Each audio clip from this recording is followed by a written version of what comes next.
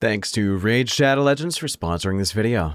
Hi, I'm Arthur, and this is part 8 in a 20-part series I am doing covering the all-star chapters of Space Marines in no particular order. These are the bestest of the restest, the people who the fan base, for some reason, almost always is talking about. Do you need to have seen the prior videos to this series to understand this one? No, but if you don't, you're going in the soup pot. So, howdy, fellas, it's me, ya boy, Arthur Bones, back at it again for the new year, doing my best to try and read more modern 40k books. Last year, especially towards the second half, I ended up getting a bit wrapped up in two things: the history of the gaming industry, specifically for both 40k, wargaming, and D&D, as the histories of 40k and D&D tend to intersect a lot. I'm not joking, there is actually a theoretical divergent point in our universe where Wizards of the Coast could have acquired Warhammer and Games Workshop as well as all of its properties, which would have been a dark and terrible timeline to arrive at right now. While also alongside that doing stuff for the Horus Heresy, Warhammer Fantasy, and a little bit of AOS here and there. But nah, this year I'm going to steamroll my way ahead into mostly just 40k books. I started at the end of December, and this is kind of what started this video.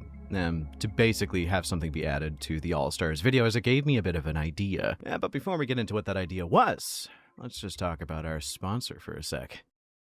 This game is one of the most well-known, well-regarded, and most played out there right now, and it isn't any wonder as to why. But I'm not just here to sing its praises. Sit tight, I do have some delightful gifts for you nerds. One thing no one ever talks about is how actually really good the story of Raid is, especially its lore. As you guys know, I often find myself gravitating towards dwarven factions in most games, and the dwarves here are no exception. See, if you play Raid, you're going to hear the name Siroth a lot. He's kind of the main baddie of the setting, and also made a habit of making enemies of everything and everyone. He ended up sieging the dwarves in their underground kingdoms for a bit longer than would be socially acceptable in most dwarven societies, thus leading to what all dwarf lovers know and appreciate. They held a bit of a grudge, and now leaving the dirt and the earth to get a little bit of payback. Raid is back with some good tidings to ring in the new year, with the return of the unliving legend himself, the ultimate Death Knight, who is in fact not his piddly little dweeby brother, regular Death Knight, cause he forces almost every attack debuff and hateful gaze from your enemies to be thrown out to, instead of everybody else in your party, to him, which is very useful. So if you want to nab the ultimate Death Knight, click my link or scan the QR code on screen to download and play right now. If you are a new player, use code UDKING and you get him to start your journey. Tanks not your thing, or skeletons, which how could you? Then you have 5 other codes you could use to bring one free big baddie to your roster, with the options of Green Warden Ruark, Alice the Wanderer, 2 Hanorak, Sun Wukong, the Monkey King, and Tholen Foulbeard, who outside of the Bonehead is my favorite, each one with their own code listed on screen right now. You can only use one if you're a new player. Using my link or QR code, you're going to get an amazing starter pack, including the epic champion Fayne, who I can attest is better than some of the heavy hitter legendaries out there. Hit level 15 and also get Tayrel, who is going to be dang powerful, hitting well above their weight. Thank you once again to Raid Shadow Legends for sponsoring this video, and let's get back to the Sons of Malice. Oh, and by the way, once you actually have the game, look up my clan, the 40k Boneheads. I look forward to seeing you in the game relatively soon. Okay, enough of me paying my bills. I have done up a reading list for the first quarter of next year. Well, I guess this year. I'm making this video in advance, so the timeline's a little bit confusing, but I'm about to finish the first book that came on this list, and this was something that people recommended to me very large droves. It is the Remnant Blades, the newest Night Lords book, and man, I'm having such a blast with it. I think I'm about like 3 chapters to the end. This book feels like it was concepted in like 7th edition with the names it pulls out of just goddamn nowhere. One of the main enemies in this book is the goddamn Crimson Slaughter. You remember those guys? The corn-worshipping Chaos Marines who were once the Crimson Sabers? They were a part of the 7th edition launch box and were one of the cooler warbands of Marines in the setting at the time. They kind of just were up there as like the alternative legions to choose, like the Purge, the Flawless Host, you know, those ones. I quite enjoy those guys a lot. But there's also the mention of a bunch of different other chapters and warbands that serve underneath them, so they ended up bringing up something that was a bit innocuous. It's basically a single sentence that people who wouldn't really care would miss it, but the second I heard it, I don't know, it shook me to my fucking core. There was just this one scene where the Blades of Atrocity, the main character warband, was being chased by a sub-war group of the Crimson Slaughter, someone who had sworn fiefdom to the Crimson Slaughter for some reason or another, which, now that I think about it, doesn't make as much sense, but we'll get into that later. And I'm not fucking kidding here, it was the Sons of Malice. A warband of the Sons of Malice appeared in a modern 40k book post the fall of Cadia, which I have so many emotions about. It's like when you see a game that you played and thought was super indie and unpopular and was never going to get mentioned anywhere else, made in fucking RPG Maker, and you're like, oh, this is great, but no one's going to love this. But then they earn like a massive award and gain public acclaim for no reason. Yeah, no, I'm a fan of Instars in Time. I don't give a shit what you guys say. But the thing is, the Sons of Malice being in the background of the setting is nothing new. They have been around for years. Actually, they're so old, I can say that they've been around for decades, because they were first mentioned, if memory serves me correctly, and the lexiconum is correct when I was trying to find where they were first brought up, in the 3rd edition Chaos Space Marines Codex, which, if you couldn't tell, 3rd edition was a long fucking time ago. My Sons of Malice video was one of my bigger early videos, part of the first 20-part series that I did for this channel, and you know what, I kind of wanted to go back, revisit it, and do them justice, as I have like a lot more opinions to bring up on them because I've done a lot more research on them. So I wanted to give a breakdown of their lore and probably not have a schizo meltdown this time because, I don't know, I'm a lot more well-adjusted and don't sound so unconfident in my reading. Wait, am I allowed to say schizo meltdown? Is that going to get me? Who cares? But either way, the Sons of Malice are in fact the Sons of Malice, which is going to require a bit of an explanation, as Malice is a bit of a weird topic. We aren't going to go too in-depth with the 5th Chaos God, because I've made a video about Malice before, and I might make another one in the future, but suffice to say, Malice is a forgotten 5th Chaos God, born from a legal issue that was generated by a misunderstanding during its creation in the 80s. Basically, GW was hiring a bunch of alternative media creators to do something like comics and side fiction and so on to expand the universe. The miscommunication, to my understanding, and I'm a bit of an idiot, so correct me if I'm wrong, was that the comic book creator thought that he was in his own rights to build fiction in this universe and thought that Malal, which was the name of the god in fantasy, was under his purview and not GW's, not understanding that he was making a piece for the setting. So due to the court case that was involved, they ended up just cutting Malal out of the fantasy setting and replacing him with another 5th Chaos God, which was the Great Horned Rat. There's other Chaos Gods that get brought up at some point, but go watch Pancreas No Work's video about Chaos Gods and other gods. It makes more sense than me, and I'm not going to touch upon that. But see, Malice is a different god. See, you can't copyright the word malice, I think, because malice is a word that we use in the common lexicon of English. Now, Malice was a god that was introduced in the 40k setting exclusively, and it's meant to be the counterpart to Malal, as you'd expect, because, you know, Khorne's in both, Slaanesh is in both, so obviously Malal, or in this case Malice, would be in both. And as the name would suggest, or at least how I interpreted it, it was the god of hate and anarchy, where Khorne is rage, hot and furious. Malice is literally the most bitter enmity that a person can sum up in their soul. TLDR, Malice takes on everyone and is fueled by hate, directionless hate, and true chaos. The idea of unpredictability is important here, as Malice in 40k often has been represented as a cannibalistic parasite, feasting upon his own for greater power, sometimes with no rhyme or reason. His followers sacrifice their strongest to feed him in order to give him power, but also the weakest are brought up to lead in some cases. It's complicated and weird, but pretty damn fun. Also, the white and black scheme is, it's very iconic and very eye-catching, but I would never paint that shit. Regardless of that, Malice does not have a lot of representation on the stage of 40k. Personally, I think the easiest thing for them to do is to pull a Vashtor. Malice is probably just some minor warp god like it.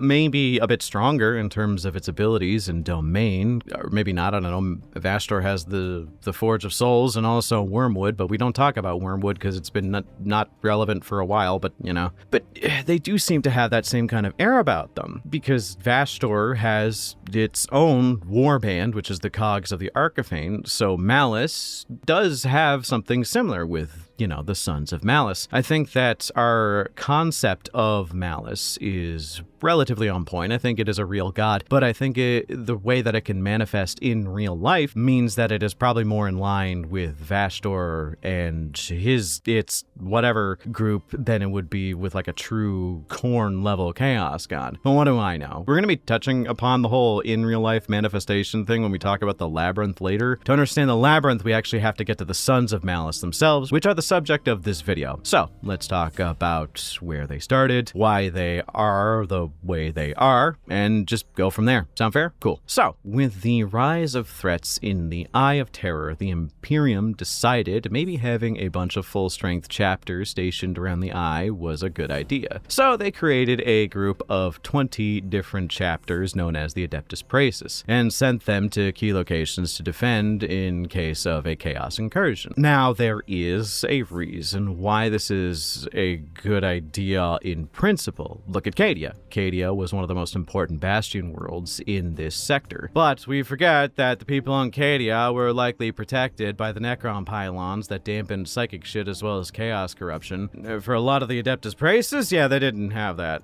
So a lot of them had their culture warp and shift with the constant interactions with chaos, but you could also just be really, really unlucky, like the White Consuls, who just had a non-stop shit smear being run across their face. They just, if you look at their history, it is just the most miserable day followed by an equally miserable day. But we're not talking about the White Consuls today. The Sons of Malice, or what they were referred to prior to becoming the Sons of Malice, which was expunged from the records, so we don't truly know what it is, were stationed on one of these key bastion points, their home world and a key location for the story of them, which is Skelis. And what a tragedy Skelis was. So let's dig into that and the history of the Sons themselves, shall we? The tragedy of Skelis is kind of only a tragedy because we don't fully know the whole context at the moment. Remember how when I covered the Mortifactors, I mentioned that there is a very large and wide-spanning acceptance of cannibalism throughout the Imperium? Yeah, for some reason, the Sons of Malice were the exception of this. See, with the Sons of Malice, it is partially revealed that they were being secretly guided their entire existence by Malice, at least a little bit, basically so that they could become chaos worshippers and, you know, be what they are now. Like, they had a cannibal ritual that they partook on, Skelis, once every 11 years, and because of that, it kind of matches up with Malice pretty decently. If you didn't know, his number is 11. It's like how the Death Guard, for some reason, always eventually revolved around the number 7. Yeah, it was kind of like that. Basically, the Sons, while they were a part of the Adeptus Praesus, had been celebrating a recently won battle while also partaking in the ceremony, while under the watchful eye of a confusingly gendered individual from the Inquisition. And I say this because there is a bit of a canon conflict where they were originally a woman and now they are referred to as a man. So I'm just going to say they're gender fluid and bait out a bunch of hate comments. So that's going to be fun. Regardless, the Sons have been kind of lulled into thinking, you know, the whole cannibal ritual thing, kind of normal. Which, to their credit, the mortifactors get lost in an Emperor K-hole, and where skulls, the blood drinkers fill a literal swimming pool with the blood of serfs to stave off the red thirst, which, might I add, is actually in fact a chaos ritual. Like, I'm not even joking, look up the Rite of Holos. Kairos Fate Weaver is behind this shit. Yet, somehow, with records to whatever this one Inquisitor had access to, they were still so unerringly horrified about the cannibal orgy that they were seeing that they immediately wanted to firebomb the planet. So, yeah, this Inquisitor ended up rallying Sisters of Battle and mounting an offensive to kill off the Sons for the heresy, duh. Which, didn't go well.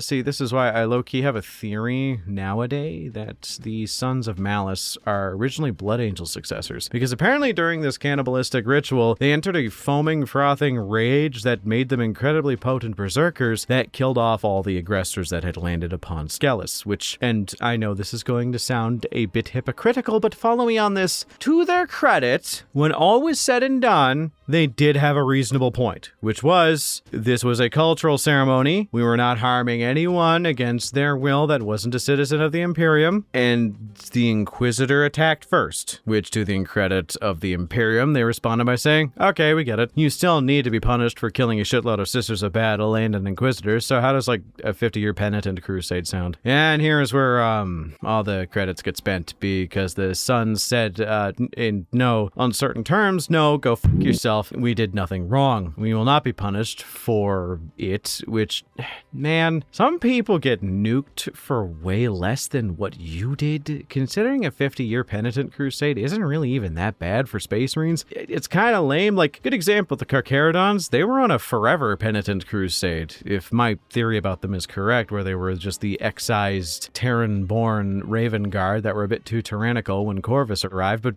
they're just doing fantastic right now. They're thriving, and they take that whole exile thing pretty decently. But yeah, as the story goes, they said no, and also fuck off. The Imperium sent an extermination fleet to blast Skelis into smithereens. The Sons fled into the Eye of Terror, now being particularly upset at the Cadians, as they were the main fleet that was sent to destroy their homeworld as well as them. It's a funny thing being a renegade, I should mention.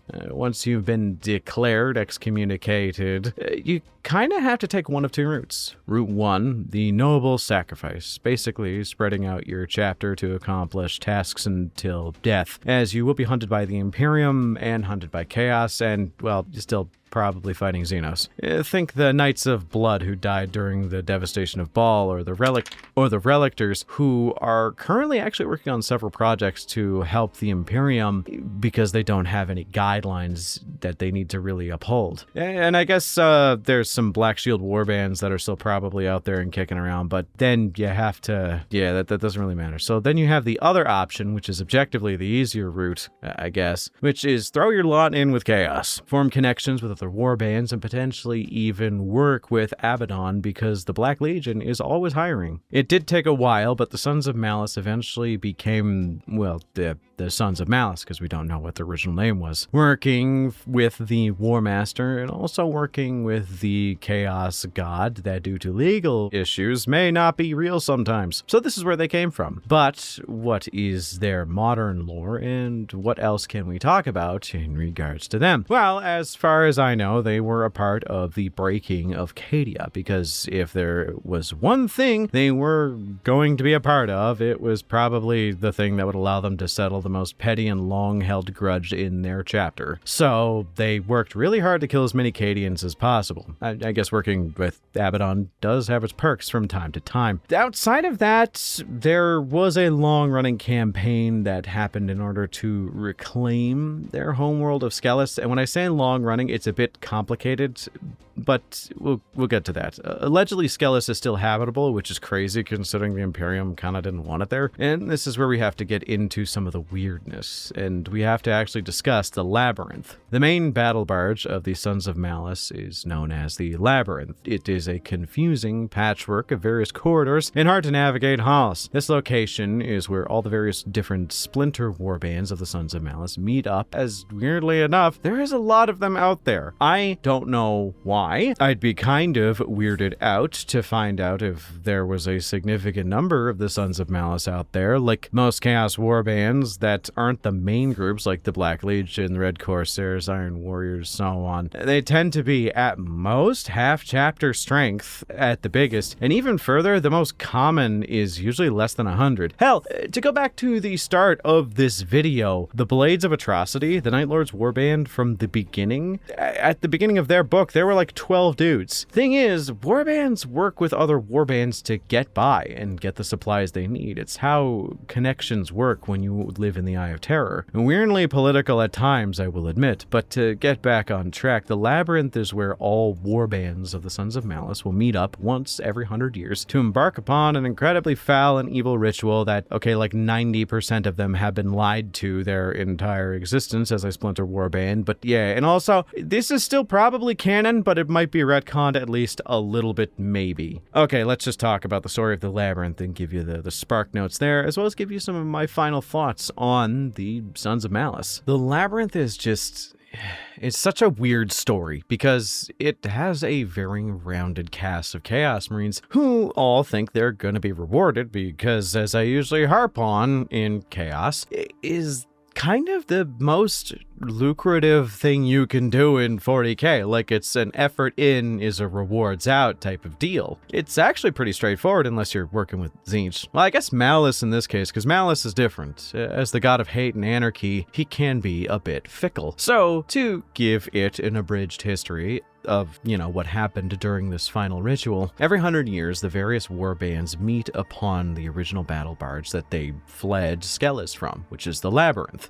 They conduct this sort of trial where the best, the veterans of the warbands that show up, each are allowed to attempt to attain the mythical rank known as the Doomed Ones. Now, the Doomed Ones can only be created once per 100 years, and there can only be one out of the batch that are sent in. These individuals are basically the Chaos champions of the faction. How they reach this rank is by entering an even more labyrinthine area of a ship known as the Labyrinth. It's basically infested with demons, warp mutants, and monsters of a nondescript nature that I only assume have the same color pattern as a zebra due to the whole Malice thing. The story we see is that one by one, the groups of veterans that show up enter the Labyrinth and end up getting picked off, usually by monsters, but more often by snaky assholes who just kind of wait for them to be out of the way and then put a bullet in the back of their head. Because as I mentioned, only one person per 100 years can become a Doomed One, so backstabbing is pretty common here. So if you just wait till the end and backstab someone,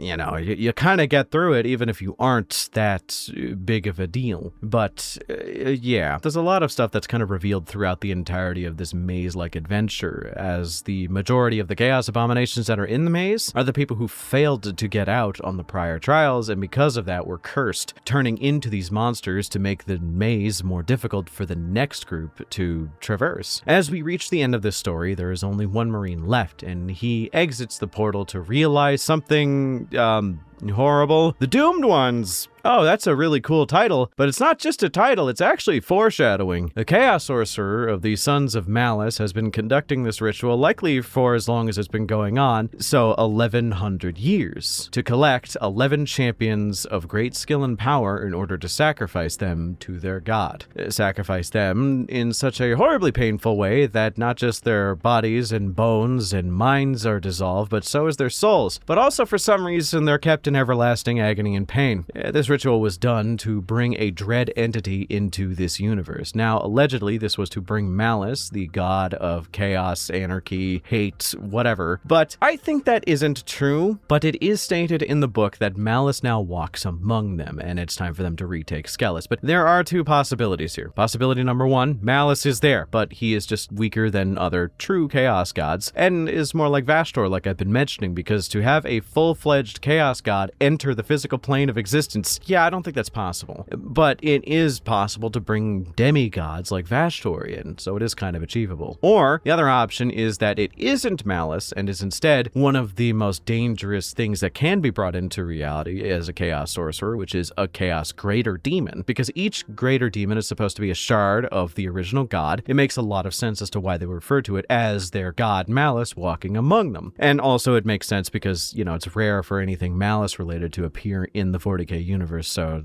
I guess there is that. So if Malice is as powerful as we think, that would be kind of a logical way of seeing it. Also, there is like the third option that is it was written without much thought as to how much it would actually take to bring a god into the setting, so I guess they just didn't think that far ahead and they're just going to retcon it. That one is, yeah, that's probably the correct one. But who knows? We do know that this scene was either retconned or it's amended with the other two options that I mentioned. I said before that the Sons of Malice are still kicking around. The Remnant Blades has them in it, and that was a pretty recent book. It may have just been a sentence, but it was there. The Sons of Malice have captured a bit of a cult following in the 40k fan base. They are obsessed with one goal now, as they got their revenge on Cadia, and that is to retake Skelis so that they can have their home back. And that's kind of all we have left for them. That's their final plotline. I kind of see them, weirdly enough, like the movie Black Christmas. I know this is a poll, and this probably means nothing. I might just be pulling this out of my ass, but I always see that movie when I see them. But this movie's released in 1974 and is technically the first slasher movie in history. And it also is like the first example of like, I believe, a Steadicam, but like that's neither here nor there. Which, if you know anything also about the genre of horror, Steadicams and slashers are kind of important as a stepping stone to get to where we are now. But no one really recognizes that film. It's very much a cult film. The remake of it was absolute steaming garbage, I mind you. But the thing is, whenever references to Black Christmas are in a movie of any kind, especially a slasher movie, the following of that film tends to perk up a little bit because they know the history of it. The Sons of Malice are like that. They're emblematic of the mysteries of the 40k setting. Something that we never truly know will ever be canon or not, but it's out there, lurking behind the scenes and potentially doing something interesting. It's that little mystery that makes you interested in the setting where they're kind of in a static position where they might not ever do absolutely anything, or they might do something. Who knows? I really like the Sons of Malice. I would never, ever paint them, but I do like them. The idea of the fifth and secret chaos god Malice kind of has the same vibe as the Green Ranger from the Power Rangers, where someone pulls up and says their favorite Zord is the Dragon Zord instead of any of the other ones because they just want to be special. But regardless, I hope they get more lore, and I think it would be kind of neat if they did. There is a lot of meat on these bones, like especially now that they have conquered one of their two main goals, as I mentioned, revenge on Cadia, and now two, retake Skelis. So getting a book about the invasion and reclaiming of Skelis could be cool. Might be a fun short story, but who knows. But what do you all think? Do you think the Sons of Malice are an overhyped, underwritten faction that only weird fanboys tend to talk about, or do you genuinely hold them in high regards? Also, like, if you are a Sons of Malice player, please let me know in the comments. I want to know if anybody actually wants to paint that scheme. I have a friend in my local community who plays Dark Angels, but they're fallen angels, and they are worshippers of Malice, which I think is kind of cool. But I want to know if any of you actually suffer with the black and white scheme. Special thanks to my channel members for supporting me. With your help, I am able to get these videos done, spend time with my friends, family, and loved ones over the holidays, pay my editors, and prepare for a new year. I think this year is going to be one of my best if it's shaping up to be the way that I think it is. But yeah, from the bottom of my heart, thank you. And if you want to support the channel as well as gain access to 2 additional videos a month, as well as gain access to all the videos the second they are uploaded, then consider becoming an Arthur Lord. It would help out a lot. Thanks once again for watching. Until next time, I hope you all have a wonderful night. Thanks once again to Raid Shadow Legends for sponsoring this video.